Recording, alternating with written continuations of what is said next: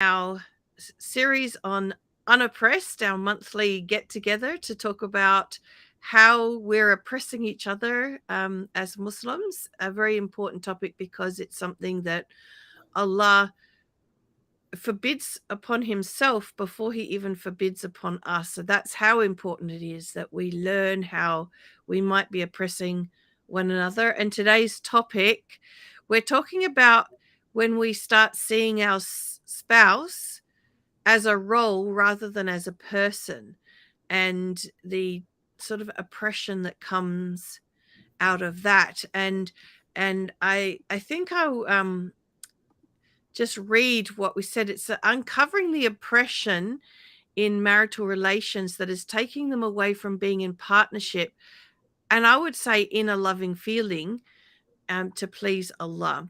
And so when the focus becomes on rights and responsibilities, and it takes them away from that loving feeling in the marriage and leads to more disconnection and discontentment rather than an amicable solution to whatever it is that they're experiencing.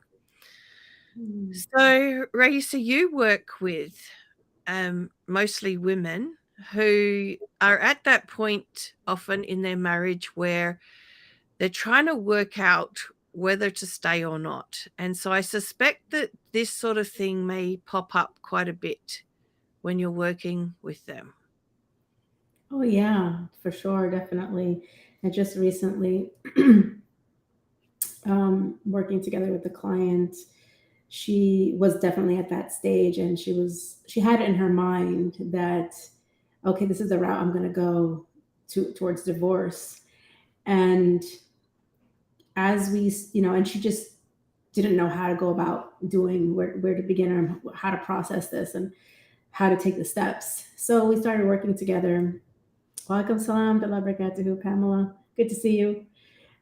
We started working together, and through self reflection, she was able to see that she did have a lot of resentment, anger, animosity towards her husband.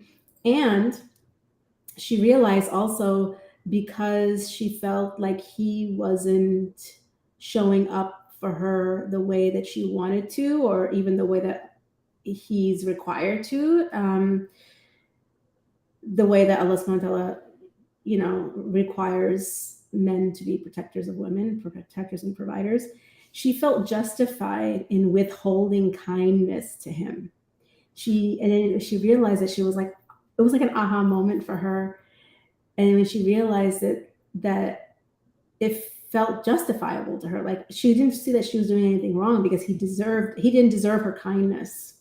And then when we started bringing Allah subhanahu wa ta'ala into the picture, and she still reminds me, she's like, that's the first thing I asked her, is like, well, where is Allah in the picture? Where is Allah subhanahu wa ta'ala in the relationship? And one of the things that she still takes, from our sessions, is that making the relationship about that you have with your spouse, rather than making it about him and you, make it about you and Allah.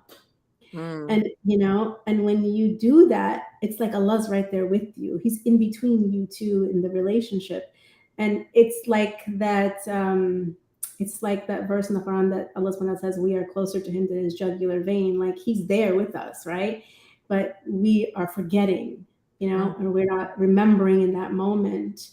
It's out of our mind, it's out of sight. And so this way, she's understood it, and by the way, she decided, she had such huge shifts of perspective of how she was seeing him, how she was looking at him, how she was treating him, that she realized that a lot of how she was seeing him was coming from not seeing him as who he is.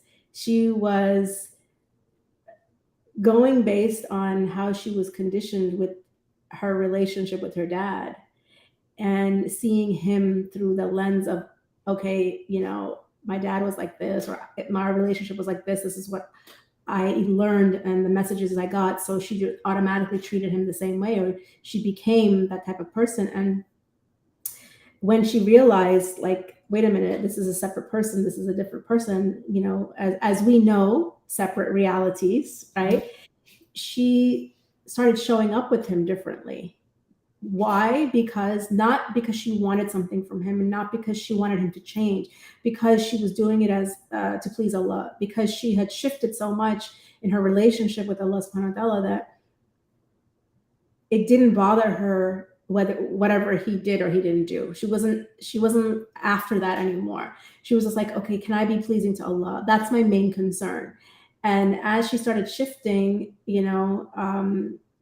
she realized to stay in her marriage and to recommit on new terms, and being able to express and communicate the way she wasn't able to before, because of separate realities, because she was living in her head most of the time rather than being present in the moment and conscious of how she's showing up and how she's treating her husband, and having taqwa, really. Yeah.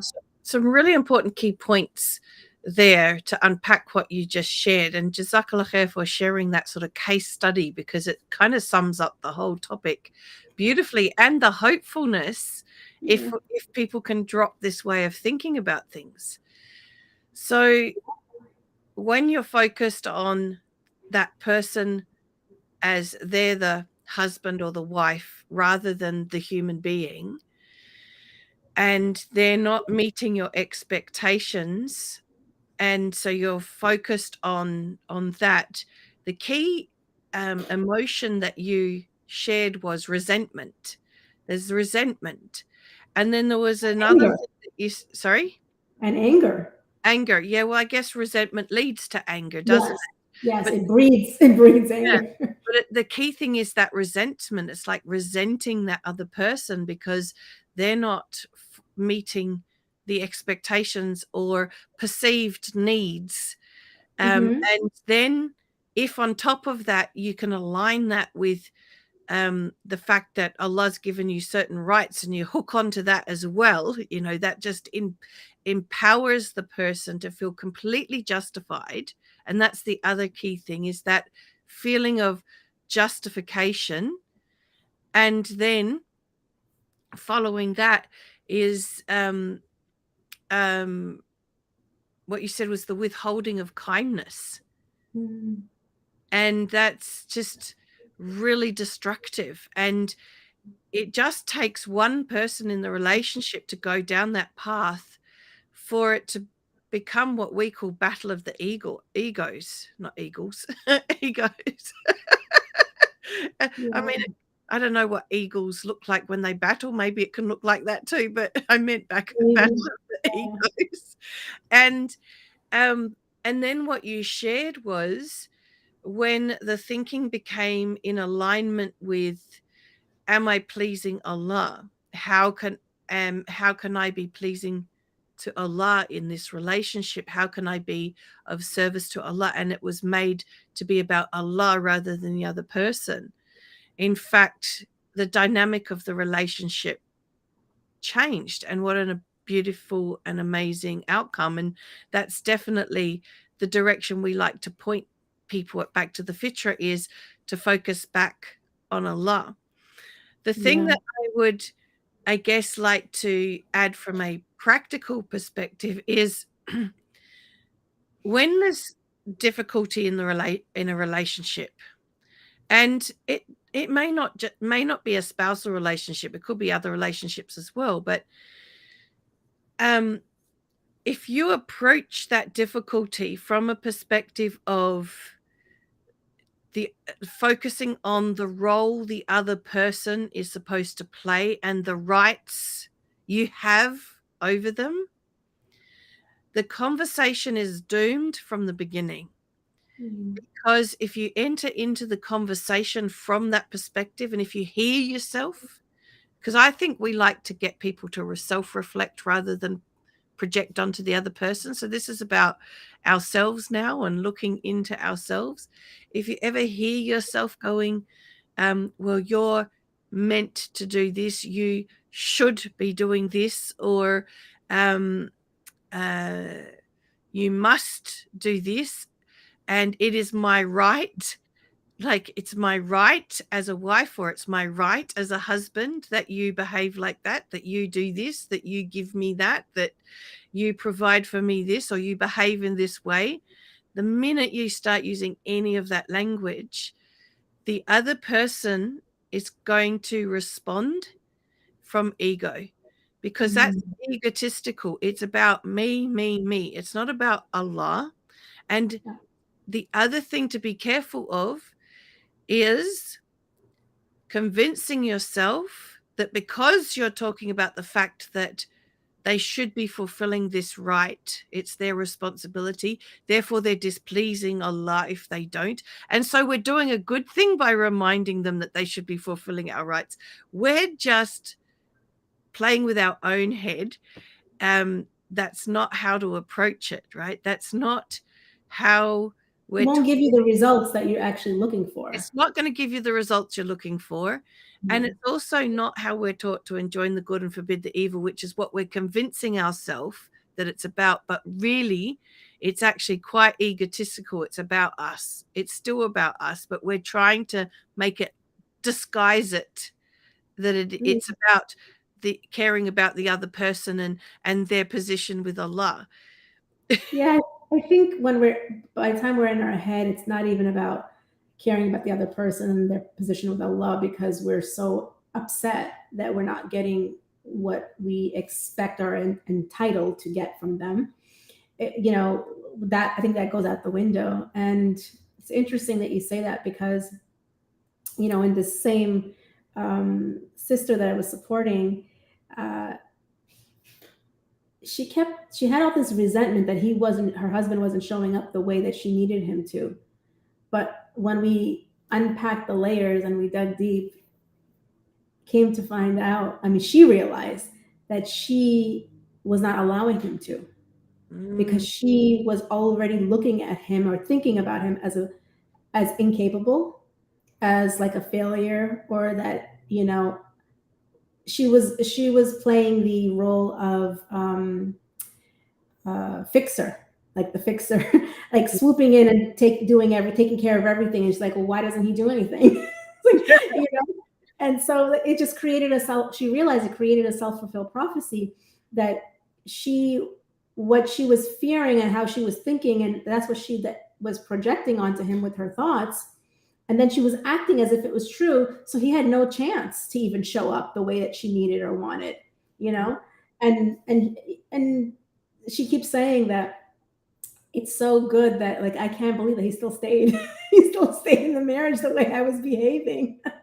But yes, alhamdulillah. it's kind of like it. In fact, what you're describing is a very passive aggressive type of way of behaving in the relationship. It's, I'm going to do it, and then I'm going to blame you that you didn't do it. Right. But you see how she didn't understand all of this. She thought, Yeah. okay, I tried everything and it's time to head our separate ways, because he's not changing. Mm, No matter what, he still keeps doing the same things. And, and other things, because he got so frustrated he didn't know how to deal with his stress. But, you know, it's only until you can pause and self-reflect and look deeper and understand how our ego and our thoughts create stories in our mind that we believe, and we think it's true. So then we get ready to act on it, right? And when we understand how our mind really works, we understand what separate realities mean, is that everyone's living in their own thought created reality. And you can go deeper and look within. Wait a minute. What have I been contributing? What have I been doing? Have I been giving him his rights? Have I been owning up to my responsibilities and taking the ownership, like stopping doing this and then coming back here, mm, right? And that, I think, makes the huge difference, how you can shift from looking at the other person as a role and like robotic, like they need to do it really reminds me of doing versus being, mm, like we're not human doings, and roles are about like doings, rights, responsibilities, versus being. Can you be in each other's presence, conscious of each other and what about your own responsibility to Allah? Where does that fit in, right? I And think it's only when we yeah, the other thing that goes along with that, because you're now, you know, talking about the being, and it's about seeing the human that is in front of you, is if you can enter in, like if you're feeling that, something's, not right. And of course there are times that are like that. We're not saying that people are imagining the difficulties, that yeah. they're making the difficulties up. There are difficulties sometimes, but if you can approach it from that loving perspective, with your ears open, more out of a sense of curiosity, why they're not contributing in that way that you expect that they should. Let's put it as contribution rather than a role or a right, right? Mhm. Um, you may hear something that helps you understand their reality, because we're all living in our own separate reality. And one of the things that I've really discovered, when you can stop talking and start listening, you realize that the story you've created in your head around how their experience is may be completely different to the actual experience they're having. And that if there's something you really want and you're not getting it, if you can just listen to the other person without getting upset, or without trying to be defensive and justify or that sort of thing, you can often hear, okay, so the reason they're not stepping up in that way is because they have this, and this challenge. How can we find a way around that? How can we figure that out? Or maybe I really don't need that as much as I thought I did. Now I understand how hard it is for them. Mhm. You, Yeah. you get what You I mean? just don't know. You Yeah. just don't know. When you approach it differently, you will get different results, right? If you use the same thinking to get a result that you're looking for and you're not getting it, you're going to get the same result. But if you approach differently with different thinking, you have options and opportunities for a different type of outcome and results. Mm. And I think the other thing to realize is, from your example, and this has framed the whole discussion beautifully, that example you've shared, is it only takes one person to step into that way of handling things for the dynamic to change. Because the reality is, a relationship is what's between two people, right? So if one person changes, what's between them will change. It's Mhm. inevitable, even if the other person doesn't change. And Yeah.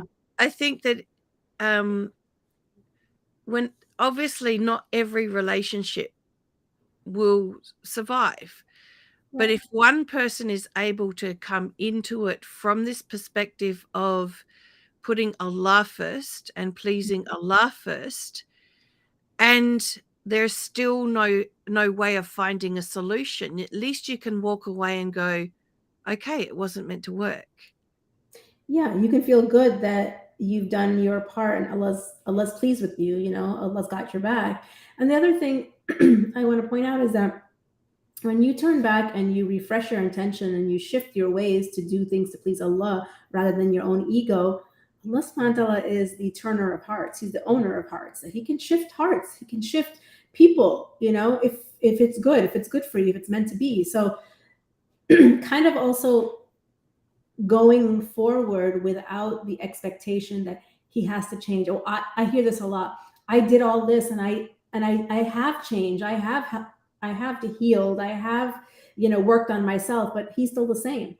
So like I think there's a disconnect here in understanding, because you're still having an expectation on the outcome, and you're not sincerely doing it for the pleasure of Allah. You're doing it because you're expecting some type of change or shift within him, and that's not where our focus needs to be. It needs to be between us and Allah, and let Allah take care of the people and the circumstances and the outcomes. And I think that makes a huge difference as well, because Mm. I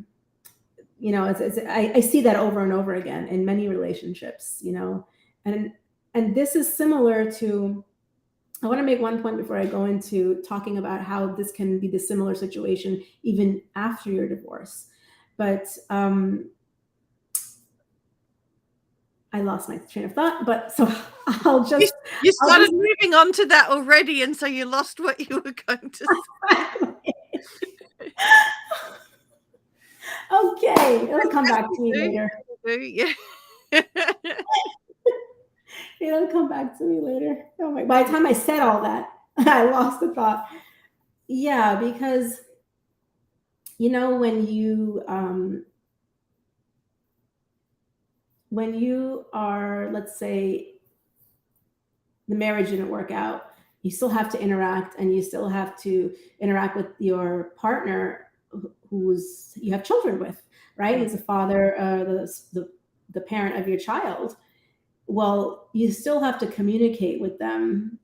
And if you're communicating with them as if they're an issue or they're a problem or they're a narcissist or whatever you want to label them as, that is going to create the same issue. You're going to have the same results as you had in the marriage with the communication because of the approach that you're taking.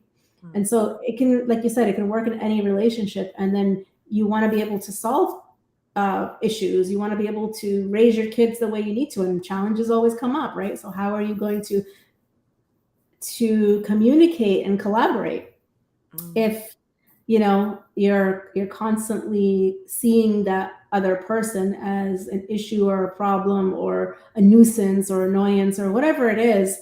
You won't be able to have the wisdom that you need to communicate and make the decisions that you need to make, even in co-parenting. Well, even since we've gone to co-parenting, even comes into parenting, because if you walk around going, it's my right as a parent that my children shouldn't even say oof to me, right? Which we do hear from parents sometimes, then you're going to have the same feelings of resentment and upset when your children are feeling challenged. And so they say a lot more than oof these days. And if we can, with all of these relationships, if we can make it about Allah rather than the person, then we don't need to take whatever's happening personally. So we don't feel that resentment, and we're able to rise above the situation and respond in a much wiser, more loving and compassionate way. And it's from a loving and compassionate space that we can find potential solutions. Yeah.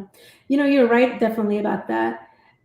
What I keep hearing, like, a lot of times women are just so resentful that they cannot muster, when you say loving feelings or loving space, they're not in that space to access love for a person they are harboring resentment for so long, right? And even if we don't look at it that way, is like, forget about the love or even the compassion, but seeing them as a human being, whatever compassion you would have for any human being, because you're mindful of Allah, because you have taqwa. And this is what I was going to say before, is that, being coming together to communicate and hear each other from that loving and compassionate space doesn't mean that you allow things that are not okay, and it doesn't mean that you allow people to walk all over you, or that it's okay for you to dismiss yourself and not use your voice. I mean, because this is where it comes in, where you were just mentioning about not taking things personally. So if there's things that need to be said, or difficult conversations that need to be had, right, or limits that need to be set, you can do that even in these relationships from a loving and compassionate way, or from a neutral space, right? If you're not taking it personally, if you are not feeling like, okay, this person is attacking me, even if they are attacking you, right? What Allah subhanahu wa ta'ala has allowed us for us to protect ourselves and defend ourselves, but in a way that's pleasing to Him. right? Not by attacking the person back, but how do we need our wisdom for that. And if we're stuck in, okay, this person's attacking me, so I'm going to do the same thing back, that's just two egos clashing together, rather than, okay, well, this person is doing this and this is not okay. What's the best way to handle this? What would Allah subhanahu wa ta'ala want me to do in this situation, rather than, you know, taking it personally and just attacking back, because then you're the same as them. Mm. So I guess the key thing in any relationship is to remember that that person is a human being. Mm. They may be in particular roles, but that's not who they are. That's the roles they play. I think you were quite key when you were talking about the being and the doing. Yep. So the relationship is about being in the relationship. You don't do a relationship, you be in a relationship. You might do a role, but they're two different things. And when we get it all meshed together, it gets messy. Mm. And Yeah. yes, Allah subhanahu wa ta'ala has made the roles for all different types of relationships quite clear on purpose as a guideline, so that we've got something to know where the lines are. Mm-hmm. And Allah knows best, how we're meant to use that. But my feeling is we're not meant to use it as a weapon. Right. Yes. Because we're good at that, as saying, well, Allah's going to punish you. You're displeasing Allah. We're just using Allah in that way. Alhamdulillah. So I think your story that you shared is such a hopeful story. And I hope that from this, it's not about going away and reflecting on how the other person could do it differently. This is go away and reflect on how you can do it differently if you're in a challenging situation. Can you focus on Allah Mm. instead of the person? Can you be, introspective and see where you might be holding back, where you might so a love letter from Allah, because in our terms, a love letter from Allah is where something about our experience is letting us know how we're thinking about it. So if you're feeling resentment, then it's a love letter from Allah. It's a clue. It's telling you you got some of that thinking going on.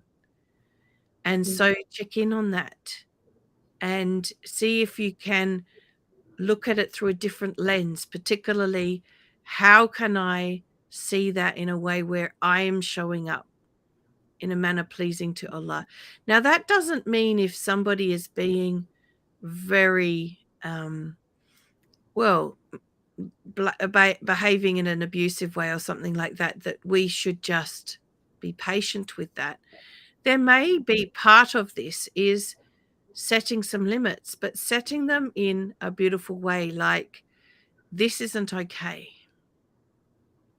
Not in a you're displeasing Allah kind of lectury way, or firing back, or it's just, okay, if they're behaving like that, there's something underneath that coming from more curiosity, but setting the limit and go, look, why you're speaking to me like that? I don't want to have this conversation. When you've calmed down, let's talk about it.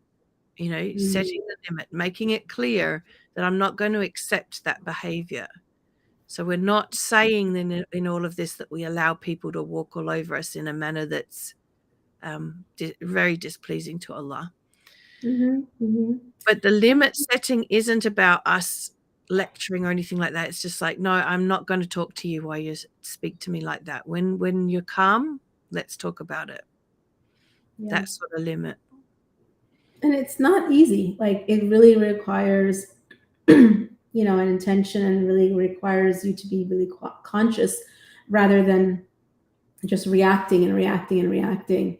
And this is why we're here, for support in that. What you do in Back to the Fitrah Academy, and what I do with women, helping them in really slowing things down in their mind and in their reactions, and helping them to understand, well, what is really going on inside for me? Why do I feel this way? And how is it impacting how I interact and how I behave? Mm. We're here to support you in that way if you'd like support, because each one of us have gotten support when we needed it. Mm-hmm. And we do that to help other women, because none of us can do this on our own. No. And our ego is really good at tricking us and fooling us, and to making us believe that, nope, it's all him. It's not me. Yep. And I think that we've all discovered, not just with working with others, but also in our own self-reflection, how often we are definitely playing a significant role in things not working. Absolutely. Absolutely. So, yeah, it was so interesting. And humbling. And humbling. Humbling, very humbling. The same sister I was helping, she knew she needed this support, but she was hesitating to give it to herself and to come on board. And later on, she shared with me that it was because she knew that she could no longer keep blaming him. She knew she had to take some accountability, and she was kind of scared of what she was going to find. Yeah, and fear is definitely a good one that can be a barrier Yeah. to moving forward, because sometimes learning where we've participated in making things a mess is quite Mm. confronting. However, I think the important question is, how important is this relationship to you? Like, we may be at a point where we think we can discard it, but if you sit and think about, well, how important is it, especially if there's children involved? Mhm. It's very important to Not kids. so easy. It's not Yeah. so easy, right? It's like your problems don't go away by just getting rid of the relationship or the person. Mm, Those same issues will keep creeping up somewhere or another, and create other new problems once you do decide to end things. So it's not always a solution. It's really understanding what role am I playing in the relationship I'm experiencing. mm. Which is what makes your role very unique, Risa, when you're working with these women, is that you're not there to help them get a divorce, even though you're the divorced Muslim coach. The You're Muslim adult coach. Muslim a divorce coach. Sorry, we got it round the wrong way. Apologies. Because as your story shows, sometimes they actually come back and their relationship works out. It's about actually helping us individually look into ourselves to see what's going on for us, which is important whether the relationship continues or not, because what we can often see is the cycle repeated in a new relationship if the work hasn't been done before that. So why not have this one work, especially if there's children involved, then wait until you leave this one, get into another one, and do it all over again. Yeah. It's just icky. One of the things that my client shared with me, she said that she was so sure that her path was divorce. See, this is the thing: when you turn back to Allah Subhanahu wa Taala, and turn back in a way where you start making clear, sincere, purified intentions to do everything and show up in a way that's for him and pleasing to him, he'll start giving you insight. He'll start giving you, start allowing you to have more clarity to see things differently than you were able to see them before. Mm, And she had such a huge shift of perspective. Is like, it's clear to me that Allah subhanahu wa ta'ala doesn't want me to leave. It's clear to me that divorce is not the right answer. And mm, before, the opposite was clear to her, because she was relying on her ego and not on her wisdom. yeah. Alhamdulillah. I think this has been a wonderful topic to unpack. And I really hope that for anyone out there who's listening, first of all, we'd love you to share your takeaways from this. But most of all, we'd love you to walk away and just reflect if you're feeling that your relationship is in tatters or on its last legs. just notice where you might be contributing to that, where you might be getting stuck in the sort of thinking that we've described today. And if you need help with it, you can come back to the Fitrah or to Rayesa. And Race is part of Back to the Fitrah as well. Just whichever resonates for you, and be supported to coming back to your Fitrah state, which is where you find those loving feelings again. Alhamdulillah. Couldn't have said it better myself. And know that, there's hope. There's hope, and there's a hope for peace, and there's hope for those loving feelings to come back within yourself. It doesn't mean that you're gonna be back in love with your partner. I think it's not about that. It's about having those loving feelings within yourself first before you can show up and approach anyone else in conflict. So there's hope, and make your dua, and help yourself, because there definitely is hope. Yeah, alhamdulillah. Jazakallah khair, Rayesa. Once again, an awesome conversation. We look forward to reading your takeaways. So whether you're on LinkedIn, YouTube, or Facebook, please share your takeaways. If you found this interesting and valuable, please like it, love it would be better. Comment, share it, because that's how the algorithms work. If you want to get some of the reward for the work that we're doing, share it with others. And then if they benefit from it, inshallah, you can share in the reward for making a difference in others' lives. Just think about those kids in those marriages that may end up having parents loving each other again. What a And I difference. can go on and on and on about how things have shifted for her kids too. So Yeah. yes, it's true. When the parents have a more harmonious connection and relationship, it totally shifts things for kids, makes them feel more safer and secure, no matter how old they are. Yep, doesn't matter how old they are. So just think about the kids, and just share it with others, and inshallah you may get some reward out of helping a family stay together, inshallah. Assalamu alaikum, everyone. See you next month, inshallah.